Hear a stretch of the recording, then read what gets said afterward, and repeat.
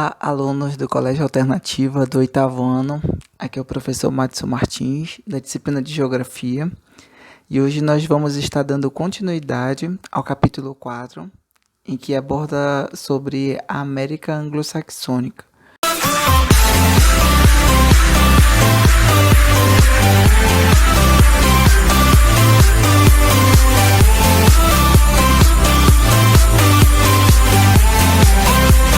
No vídeo anterior, nós falávamos da questão da constituição, do que seria essa América Anglo-Saxônica, que vimos que ela é formada por dois países, seria o Canadá e os Estados Unidos.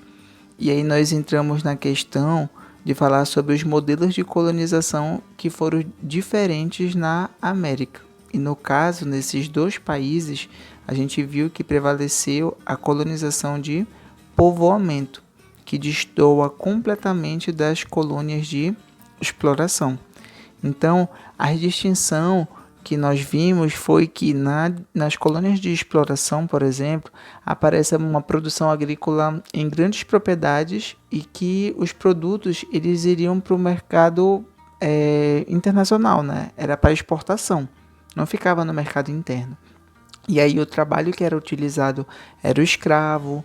Como exemplos, a gente citou os índios ou negros, e falou da ideia da monocultura, que eles produzem um único produto, tá? E dentro desse contexto histórico, a gente viu que os países que passaram por esse processo de exploração, hoje são países pobres. Já as colônias de povoamento, a gente viu que a produção ela era em pequena escala, o consumo ele era interno desses produtos que eram produzidos, ficavam no mercado interno. O trabalho ele não foi escravo, e sim um trabalho livre, assalariado, e eles trabalhavam com uma diversificação, né, da agricultura, no caso a policultura. E hoje eles são países ricos. No caso, quando a gente fala da América, né, como um todo, os únicos países ricos, né, com alto desenvolvimento econômico seria justamente os que estão na América Anglo-Saxônica, formando aí o Canadá e os Estados Unidos. Na aula de hoje a gente vai dar continuidade falando sobre essas informações, né, só que com ênfase nos Estados Unidos, que hoje é considerada uma superpotência mundial. Então, considerando a economia mundial em meados do século XIX, os Estados Unidos já apresentavam condições ideais para se tornar a maior potência moderna da moderna civilização industrial. Sua estrutura econômica apresentava os melhores indicadores da futura liderança que o país iria exercer.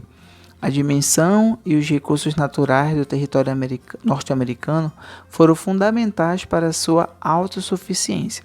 A distância geográfica entre os Estados Unidos e a Europa também favoreceu o fortalecimento de sua economia, pois os norte-americanos ficaram afastados da Primeira Guerra Mundial e dos inevitáveis desgastes resultantes do conflito. Então, o papel de superpotência inquestionável do mundo capitalista foi assumido pelos Estados Unidos no fim da Segunda Guerra Mundial, que vai do período de 1939 a 1945 e durou até mais ou menos 1991, que é quando teve a fragmentação da União Soviética. E ficou claro que o mundo capitalista já não tinha somente um centro de poder, e sim três, que aparece associado: Estados Unidos, Japão e Europa Ocidental. Quando a gente fala desse contexto de desintegração da União Soviética, a gente está falando de um contexto em que havia um conflito ideológico entre Estados Unidos e União Soviética. Os Estados Unidos representavam o capitalismo e a União Soviética o socialismo.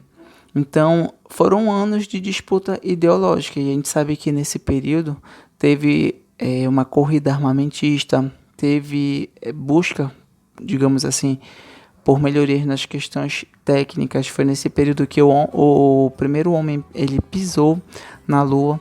Então, era ali uma disputa acirrada, e foi um período que a gente intitulou de Guerra Fria porque não teve confronto direto. Porque não teve conflito assim físico. e sim apenas a questão ali ideológica. Foi nesse período também que teve um grande desenvolvimento de armamento nuclear, e foi um período que a sociedade ela viveu momentos de tensões, porque pensava-se muito em um conflito que fossem utilizar bombas nucleares, né? No caso, mais uma vez. Então, aí por exemplo, quando o Muro de Berlim ele começa a ser destruído em 1989, que falam que foi a queda do Muro de Berlim, foi um sinal que a União Soviética ela já estava apresentando alguns problemas, digamos assim. E em 1991 ocorreu de fato a dissolução. Então, pós esse período, os Estados Unidos, inquestionavelmente, eles assumem uma hegemonia mundial. Só que a gente sabe que ele apresenta um poderio político, econômico, né, bélico, mas no atual cenário aparecem uma questão multipolar. Sai da questão do que é bipolar, que envolve esses dois países, Estados Unidos e União Soviética, e entra a questão do que é multi, com outros centros de poder. E no caso, ele vai ser simbolizado por Estados Unidos, com influência na América, que é como aparece aí na imagem, né, que é circulada em verde. Estados Unidos representa aí, no caso, esse polo. O segundo polo que está circulado em amarelo é a União Europeia, que tem uma influência muito grande na África, né? E, no caso, o Japão, que tem uma influência na Ásia e na Oceania. Então, essa, digamos, é uma configuração geopolítica muito forte hoje no sentido dessa organização, tá, econômica e, no caso, aí visando a questão do poder de influência de cada polo.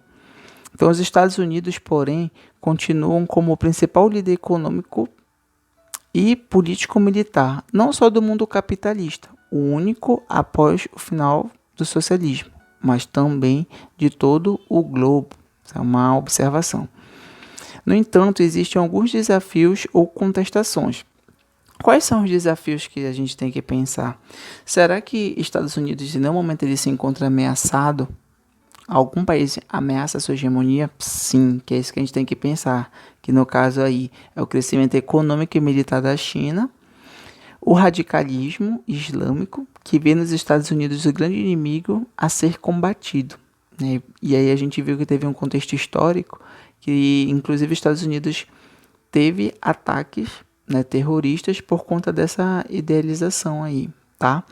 Então, depois de 1945, as empresas multinacionais norte-americanas mantiveram seus elevados investimentos no Canadá e intensificaram de duas maneiras sua presença na América Latina, pela instalação de filiais, principalmente no México, no Brasil e na Argentina, e pela exploração agrícola, principalmente na América Central.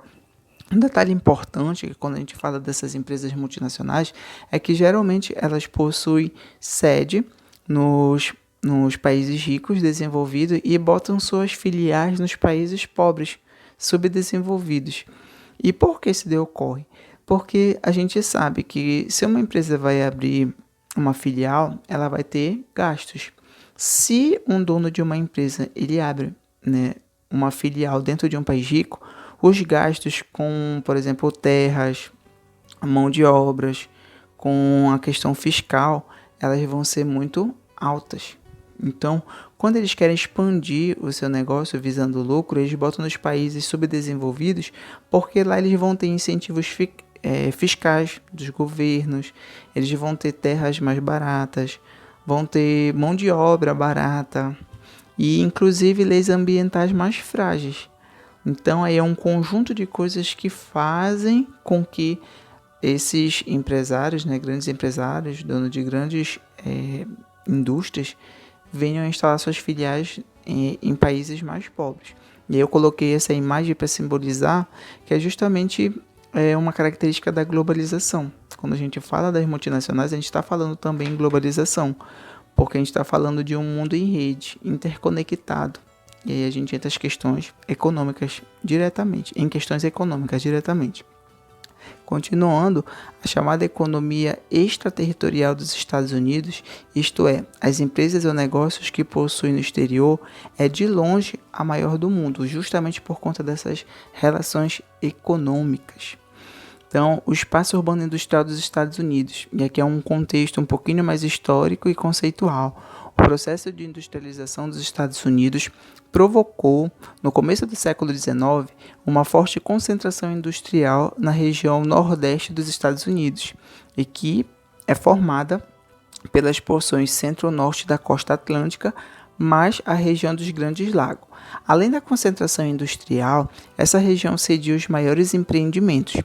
Porém, a porção litorânea do Golfo do México e principalmente a costa do Pacífico tendem a desempenhar um papel cada vez mais importante na economia dos Estados Unidos.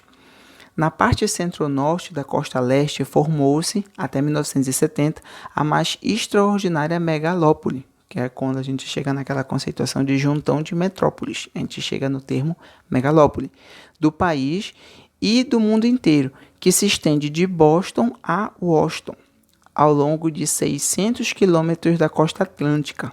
Aí se localizam as grandes metrópoles de Nova York, Filadélfia e Baltimore. Aqui nós temos a imagem que está mostrando as principais cidades. E nós podemos destacar aí o São Francisco, né, San Diego, Los Angeles, Dallas, Atlanta, Washington, né, Nova York. E se vocês olharem nessa imagem na parte leste da imagem, onde aparece o Washington, quando a gente volta aqui e fala dessa extraordinária megalópole, ele dá a referência que é de Boston a Washington. E de fato a gente consegue ver que é toda na parte, né, digamos assim, atlântica, porque está pegando uma parte aí toda de portos, né, influência de litoral. E aparece aí, ó, de Boston a Washington. É dessa área que ele está falando que tem uma super importância, digamos assim. E aí aparecem algumas informações, só que estão em inglês. No caso aí, o que está em roxo, essas cidades que estão em roxo, é zona urbana, que pega mais de 10 milhões de habitantes. O que está em pontos vermelhos, de 5 a 9,9 milhões de habitantes. E o que está em laranjado é que tem, no caso, um número menor, de 2 a 4,9 milhões de habitantes. Essa extensão, porção do espaço norte-americano, apresenta hoje uma industrialização em declínio, mas continua concentrando as maiores rendas do país, além de seus maiores recursos financeiros. Outra área de antiga concentração industrial do fim do século XIX é a região dos Grandes Lagos, que constitui uma verdadeira bacia marítima no interior do território, facilitando a navegação. Como exemplo, a gente colocou aqui os recursos naturais dessa região. Aparece ferro explorado a céu aberto, carvão mineral, cobre, petróleo, entre outros. Ainda hoje, permite o desenvolvimento de atividades industriais importantes nessas principais cidades.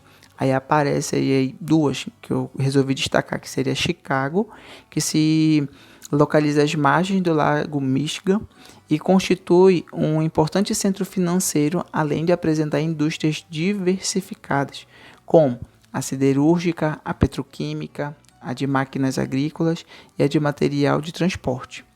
E Detroit, a capital do automóvel, cuja localização mostra o quanto se interpenetram as fronteiras entre os Estados Unidos e o Canadá. O sul atlântico dos Estados Unidos, região tradicionalmente agrícola e pouco industrializada, onde no passado apenas a indústria têxtil se destacava, passou a apresentar uma importante diversificação industrial com o desenvolvimento petrolífero, né, da década de 1950. Ali se desenvolveu então a indústria petroquímica, aeronáutica e de energia nuclear. Então, quando a gente puxa aí para no caso para o país como um todo, e volta para a questão da agricultura, questão pecuária, a gente não tem como não falar dos cinturões agropecuários, que são áreas específicas de produção. E aí aparece intitulado cinturões do trigo, cinturões do milho, do algodão. E aí aparece como é que se dá essa fragmentação, e diria associado aos pontos específicos de produção dentro do território, tá bom? E aqui eu coloquei um exemplo, que seria o Vale do Silício, um dos maiores centros de produção tecnológica do mundo. E aí aparece aí esse centro que apresenta, e no caso, quando a gente fala dessa produção tecnológica, a gente está falando também associada ao viés do capitalismo, que eu disse para vocês que dentro do sistema existiria a divisão da sociedade em classes sociais. Disse para vocês que o sistema ele funciona de acordo com o tripé, que seria produção, circulação e consumo, e que dentro de uma visão maior, quando a gente fala em globalização, a gente está falando também da atual fase do sistema capitalista, que associa o meio técnico, científico e informacional. Então, se a gente está falando aí de um dos maiores centros de produção tecnológica do mundo, a gente está falando do que está envolvendo o sistema capitalista em si também. Tá? Isso aqui a gente tem que ponderar. Então, o espaço econômico estadunidense, aí aqui a gente tem coisas bem pontuais, né, simplificada, que aparece a economia dos Estados Unidos, é a maior do mundo, como eu falei anteriormente, por conta da hegemonia que esse país ele apresenta, mantendo alto nível de produção e elevado consumo de mercadorias, porque é um dos países que mais consomem no mundo. Tanto é que, de acordo com dados estatísticos, se todos os países do mundo fossem consumir como os Estados Unidos, nós precisaríamos de 3 a 4 ou até mesmo 5 planetas para poder suprir as necessidades, né, de consumo, tá? A presença hegemônica dos Estados Unidos no mundo, e principalmente na América do Norte, é historicamente expressiva, tanto em relação ao seu potencial econômico quanto político e militar. A consolidação do seu predomínio econômico no contexto norte-americano firmou-se com a criação do Tratado de Livre Comércio da América do Norte, o NAFTA. Aqui eu vou só passar rapidinho aqui para a gente ver os países membros do NAFTA, que é Estados Unidos, Canadá e México. Lembrando aqui, os dois países desenvolvidos aí são Estados Unidos e Canadá, e o México ele aparece como um país subdesenvolvido. Mas pelo fato de fazer fronteira com Estados Unidos, há uma relação econômica presente entre esses países aí. E dentro de uma das restrições do bloco, no caso, é que a população mexicana ela não pode circular livremente pelos Estados Unidos e pelo Canadá. É uma das restrições desse bloco econômico, né? Os Estados Unidos produzem internamente cerca de 80% de sua matriz energética, sendo a principal fonte de energia o petróleo, seguido pelo gás natural e pelo carvão. Vem crescendo o uso de energias alternativas, como a eólica, a geotermal e a de biocombustíveis. Destaca seu alto poder industrial, considerando que os principais produtos fabricados nos Estados Unidos são computadores e softwares, produtos eletrônicos, equipamentos de transporte, aviões, veículos motorizados, trens e navios, produtos químicos, fertilizantes, remédios, e vem alimentos, maquinário industrial, produtos de metal, siderurgia, entre outros. Outra atividade econômica a ser destacada é a agricultura estadunidense, considerada a mais produtiva do mundo. É altamente mecanizada e emprega somente 2% da população economicamente ativa do país. Quando a gente fala aí o termo altamente mecanizado, é porque todo aquele arsenal técnico ele foi para as regiões de campo, né? Lógico, com exceções, mas em grande parte dessas áreas conta-se com um arsenal técnico muito grande, então aí aumenta a questão da produtividade. Tá? Mas ao mesmo tempo gera problemas também, que onde deveriam estar trabalhando pessoas, aparece o trabalho de máquinas. Tá? Na pecuária e pesca, os Estados Unidos se destacam por ter o segundo maior rebanho de gado bovino e o primeiro maior rebanho comercial do mundo. É o terceiro maior produtor mundial de suínos. E a gente chega aqui no ponto final, que seriam os serviços que pagam altos salários, né? Cresceram e os imigrantes estrangeiros assumiram principalmente aqueles de menor remuneração, atividades domésticas, de limpeza pública, entre outros. E aí a gente tem que levar em consideração que muita gente que está nos Estados Unidos, esses imigrantes estão de forma ilegal, e para eles se manterem lá, eles também, não, como eles não são, digamos, legalizados, eles acabam se enquadrando justamente nesses serviços que são de baixa remuneração. principalmente na questão de doméstica e na questão da limpeza pública. Tá ok? Aqui foram algumas informações sobre, no caso, os Estados Unidos. E o que é que a gente tem que filtrar? É que é uma superpotência econômica e que ela ainda está aí na ponta da hegemonia mundial, tá? E que associado a isso, a gente tem que pensar no sistema capitalista como um todo e nas influências que isso tem dentro da América, que de uma forma ou de outra, o Brasil está numa área de influência dessa superpotência, tá bom? E quando for na próxima aula, a gente já vai dar as características do outro país que forma ainda a América Anglo-Saxônica, que seria o Canadá. Então, até a próxima, meninos e meninas.